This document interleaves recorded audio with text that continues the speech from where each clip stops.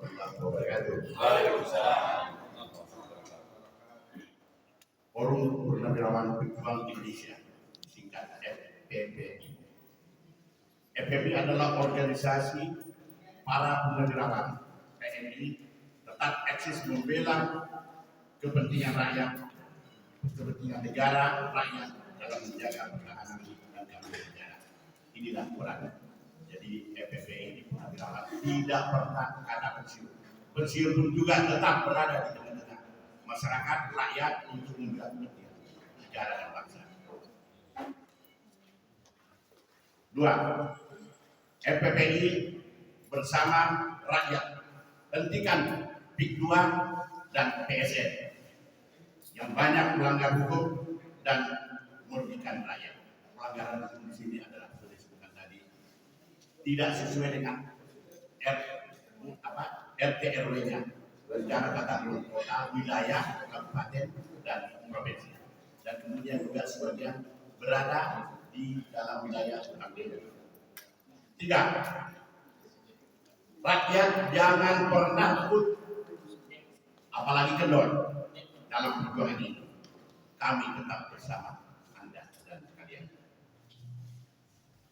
Empat, tidak boleh ada negara dalam negara di Republik ini. Negara lahir atas perjuangan pendahulu kita. Taruhannya nyawa, darah, dan air mata. PIK ini ke depan ini kalau kita tidak hentikan akan terjadi negara dalam negara.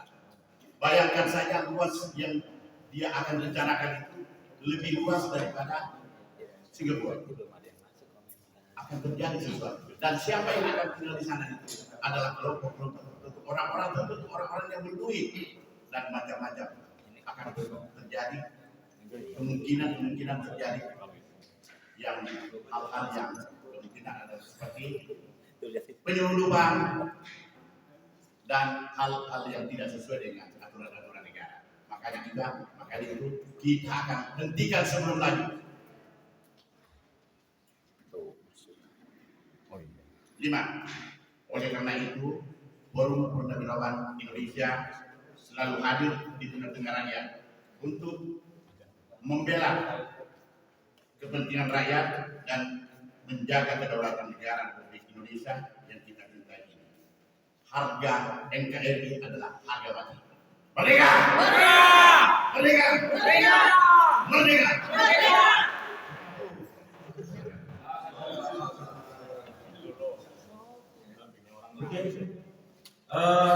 Selain beliau dari FPPI ada Komandan TNI Purnawirawan Sugeng Waras, kemudian ada Brigjen TNI Purnawirawan Kurniawan Podo, ada Komandan TNI Purnawirawan Muhammad tadi yang barusan, ada Komandan TNI Purnawirawan Didi Rohandi, ada Komandan TNI Purnawirawan Ahmad Romzan, ada Komandan TNI Purnawirawan Rahmat Suhaji, ada Komandan TNI Purnawirawan Dr. Didi Derajat Tinggi HR. Kemudian ada juga Komandan TNI Purnawirawan Iwan Prabu Setiawan, Komandan TNI Purnawirawan Alam Sari Harahap. Itu adalah bagian dari tim penggugat anggota dari Forum Purnawirawan Pejuang Indonesia. Selanjutnya dari divisi wartawan, selain wartawan sebenarnya ada juga penulis yang ikut menjadi penggugat, yakni Haji Muhammad Rizal Fadilah SH. Beliau berhalangan hadir karena sudah ada agenda lain. Nah, selanjutnya kepada Bang Edi Mulyadi kami persilakan.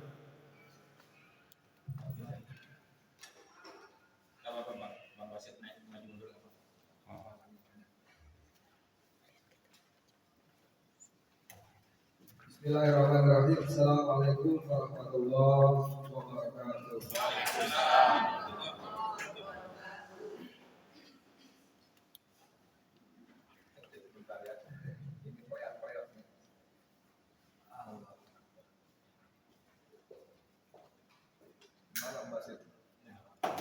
Wah, rontok semua deh. Oke, alhamdulillah, salawat dan salam semoga Allah limpahkan kepada Nabi Muhammad Sallallahu Alaihi Wasallam serta keluarga sahabat dan pengikutnya yang setia hingga akhir zaman kelak.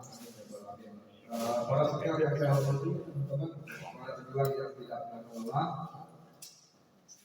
ada kabar bagus bahwa perjuangan kita yang didahului oleh si manusia mereka Muhammad Syed itu mulai memberikan titik terang. Amin. Ya, alhamdulillah. Selama ini boleh disebut 5 bulan lah lebih barangkali saya dulu boleh katakan pandang kehilangan kalau seorang. Namun kemudian pada bulan ke-6 sekarang sudah 6 bulan 25 hari kalau nggak salah. Itu ya kemarin soalnya waktu di Raja saya bilang 6 bulan 23 hari. 25 hari, jadi hampir 7 bulan. Dukungan sudah semakin luas dari rakyat Banten yang kemudian juga alhamdulillah girohnya terbangkitkan.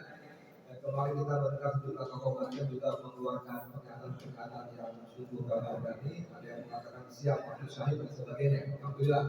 Kemudian dari tokoh-tokoh nasional juga tidak kurang-kurang. Ada Deddy Samsudin, Mahfud MD dan lain-lainnya. Dahsyat sekali.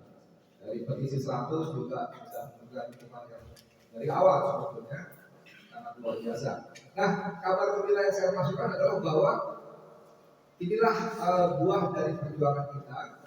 Allah gerakkan hati Presiden Republik Indonesia Jenderal Purnawirawan Prabowo Subianto.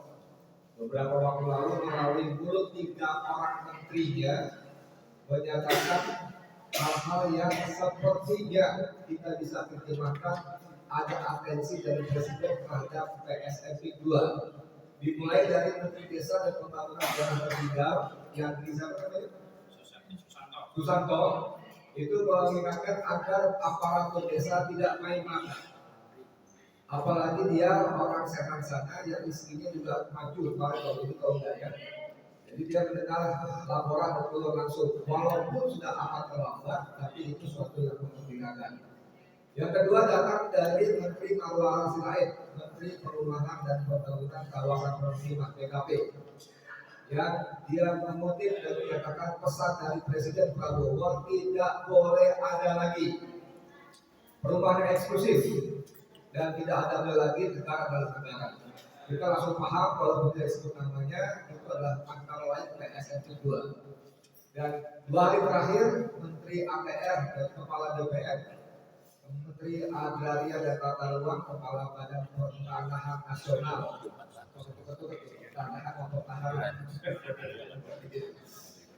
Nusron Wahid juga mengatakan dua kesempatan berbeda. Satu, dia menyatakan bahwa pengembangan PSMP 2 menyalahi RPRW, ya, dan dia juga menegaskan dengan sedikit beda angka dari kita, PSMP 2 itu hanya 1.705 hektar, 1.705 hektar, dan dia menegaskan bahwa di luar 1.705 hektar itu bukanlah PSN.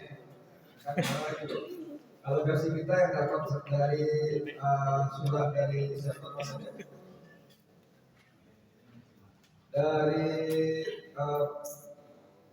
Komite Percepatan Penyediaan Infrastruktur itu 1.755 hektar.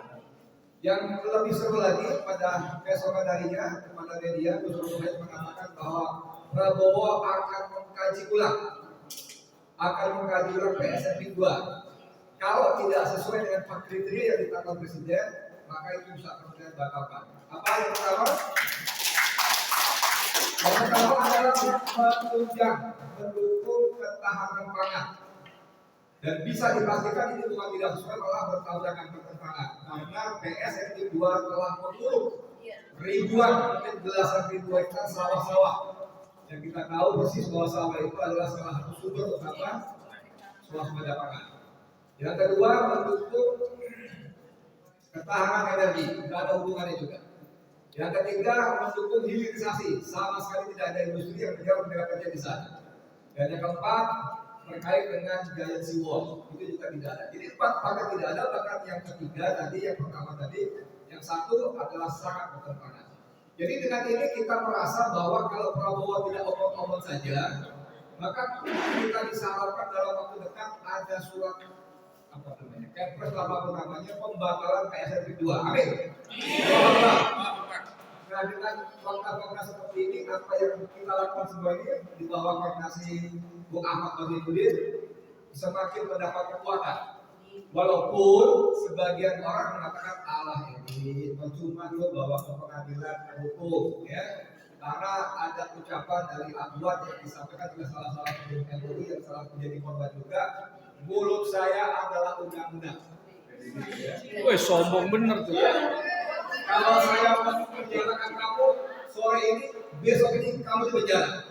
Kasusnya apa, siapa melakukan, gampang dilawan. Tapi kalau Prabowo betul-betul memberikan atensi seperti ini dan kita membacanya 3 menteri ini berani berbunyi, pasti atas perintah Prabowo. Karena tanpa perintah Prabowo dia tidak akan berani. Aduan gitu loh.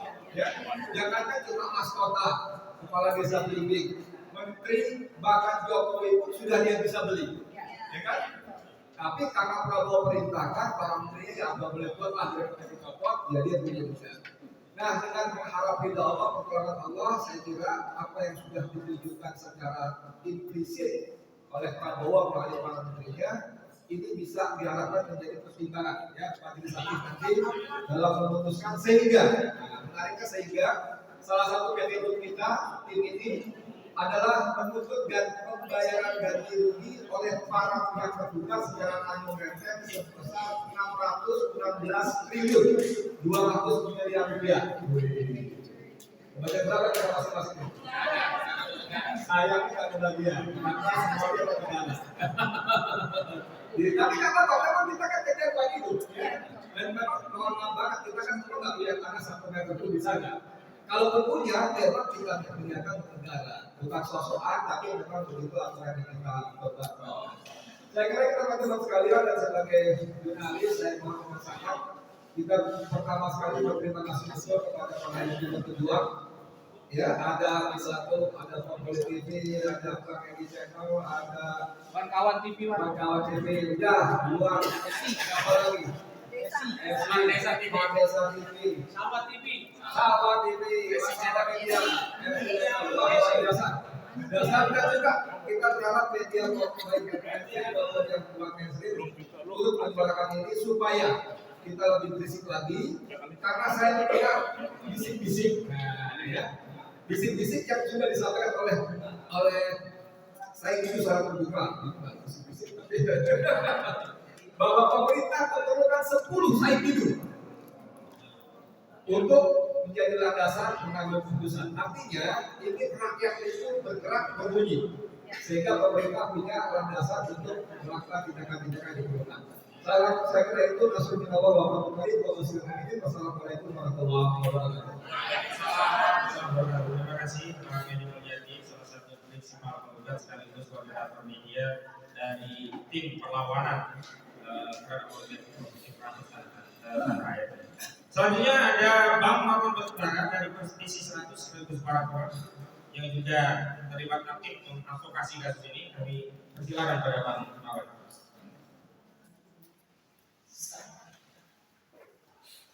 Terima kasih Mas Wajibudin.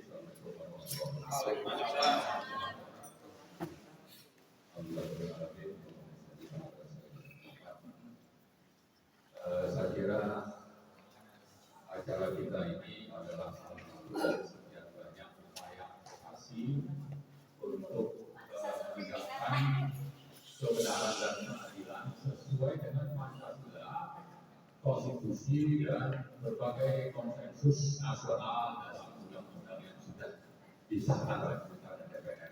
Jadi dasarnya itu. Nah, kalau khusus tentang TIP ini memang berangkat dari putusan Menko Perekonomian dan Hartarto nomor 6 tahun 2024. Jadi masih fresh.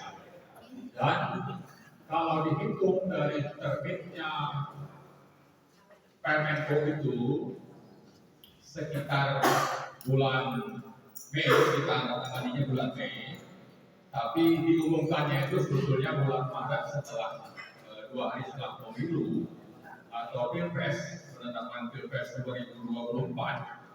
Maka kita pantas mencurigai bahwa ini sangat berkaitan dengan kepentingan oligarki dan politik kebijakan balas budi sekaligus konspirasi komplotan jahat, ya, Ya, jadi menggunakan kekuasaan yang dimiliki oleh pemerintah, terutama Presiden Joko Widodo di satu sisi, lalu ada kepentingan oligarki di sisi lain yang sebetulnya kita mencatat itu bukan cuma di PIK 2 ini ya. Jadi jauh sebelumnya kalau kita ingat ada anggota DPRD DKI ditahan karena ada kasus yang melibatkan aduan pada saat kasus reklamasi kerugian harta. Aduan di belakangnya yang jadi korban itu ya anggota DPRD dari Gerindra, lalu ada level bawah dari perusahaan yang dimiliki oleh aduan. Lalu ada kasus-kasus misalnya ada teman kita pejuang Pak Budiarjo, tanahnya dikuasai, dirampok oleh aduan di Cengkareng Timur. Ya, dia punya surat-surat yang sah, tapi dia dan istrinya yang disuruh ditahan. Lalu ada kasus di Desa Limo, itu tanah sekitar Empang ya, 8,7 hektar. Ini juga dirampok. Kemudian ada di Cakung sekitar 9.000 meter persegi. Nah, ini contoh-contoh bagaimana aduan ini memang sangat biadab ya, menggunakan cara-cara yang di luar kemanusiaan yang sangat sulit, melanggar Pancasila, konstitusi dan undang-undang yang berlaku. Nah, masalahnya kenapa bisa ini lancar? Ya, saya kira ini karena memang didukung oleh yang berkuasa. Kalau dulu mungkin tidak terlalu terlihat peran Joko Widodo itu waktu kasus tanah atau reklamasi. Tapi begitu ingin diproses sampai ke aduan itu tidak sampai ya, tidak sampai ke pengadilan. Bagaimana sehingga dia lolos. Nah, lolosnya aduan ini makin ke belakang itu semakin menunjukkan bahwa karena dia lolos maka kejahatannya semakin meningkat. Yang dirampok itu semakin luas, tapi caranya juga semakin melanggar konstitusi. Supaya bisa merampok, maka kebijakan dan peraturan itu diterbitkan.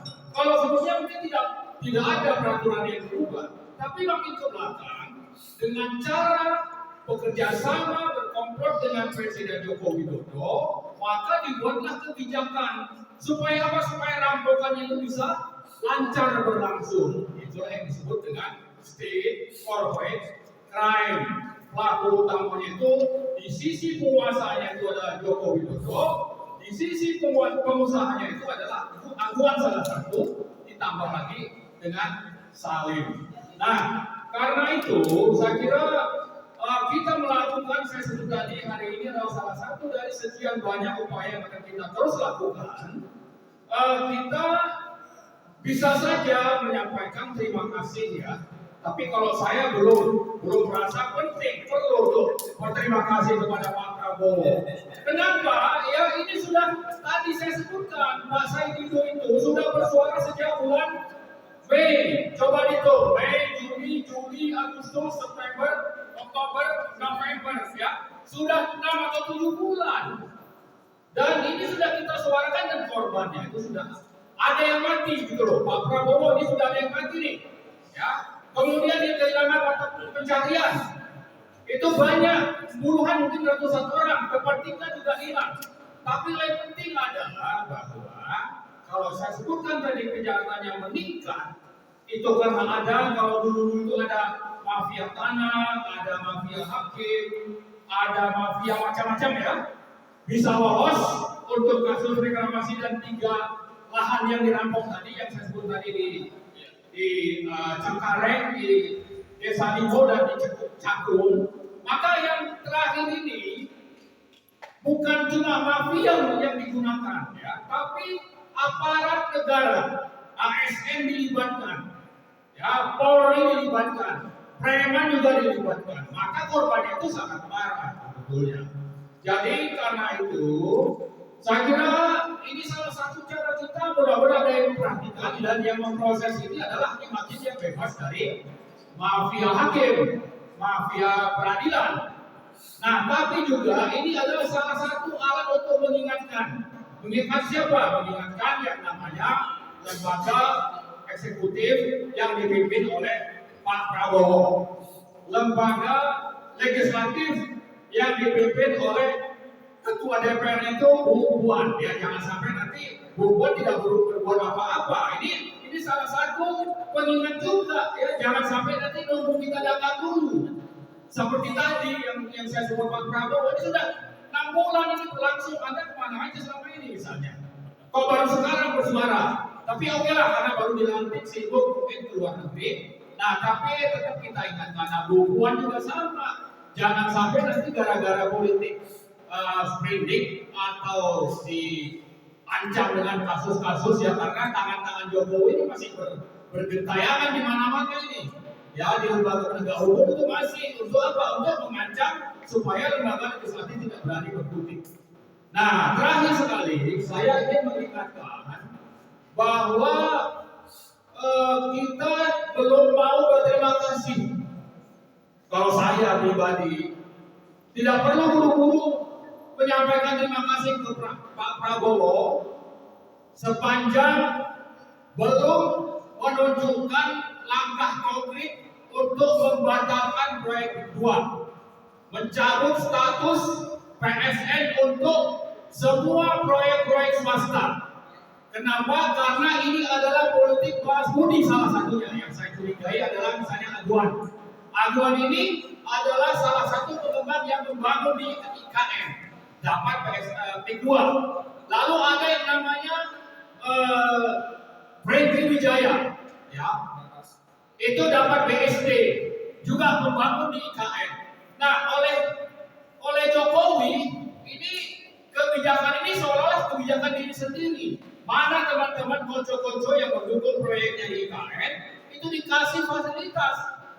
Fasilitasnya apa? Ya tadi, yaitu peraturan Menko Perekonomian Nomor 6 2024. Nah, seperti itulah kelakuannya. Jadi tidak bisa akan mempelajari dulu, tapi harus ada nanti keputusan konkretnya. Salah satu batalkan itu P2, batalkan PSN, ganti rugi seperti yang tadi kita sebutkan. Kemudian tangkap itu yang namanya Aguan, tangkap itu yang namanya Joko Widodo, karena sudah jadi korban ya. Kita bilang ini sudah jadi korban, jadi harus ditangkap. Tidak cukup akan cuma seperti tadi akan begini akan begitu. Jadi karena itulah itu salah satu alasan kenapa saya merasa belum waktunya kita berterima kasih, kita menghargai, tapi Anda belum tuntas, Anda baru mau memulai. Sepanjang belum ada 4 tadi ya, saya kira minimal 4, batalkan P2, batalkan PSN, tangkap dan adili Aguan dan Jokowi, kemudian ganti rugi kepada korban yang sudah terjadi yang dilakukan oleh kelompok tadi state corporate crime yang dipimpin oleh Joko Widodo dan Aguan. Saya kira itu mungkin yang dapat saya sampaikan. Terima kasih. Assalamualaikum warahmatullahi wabarakatuh.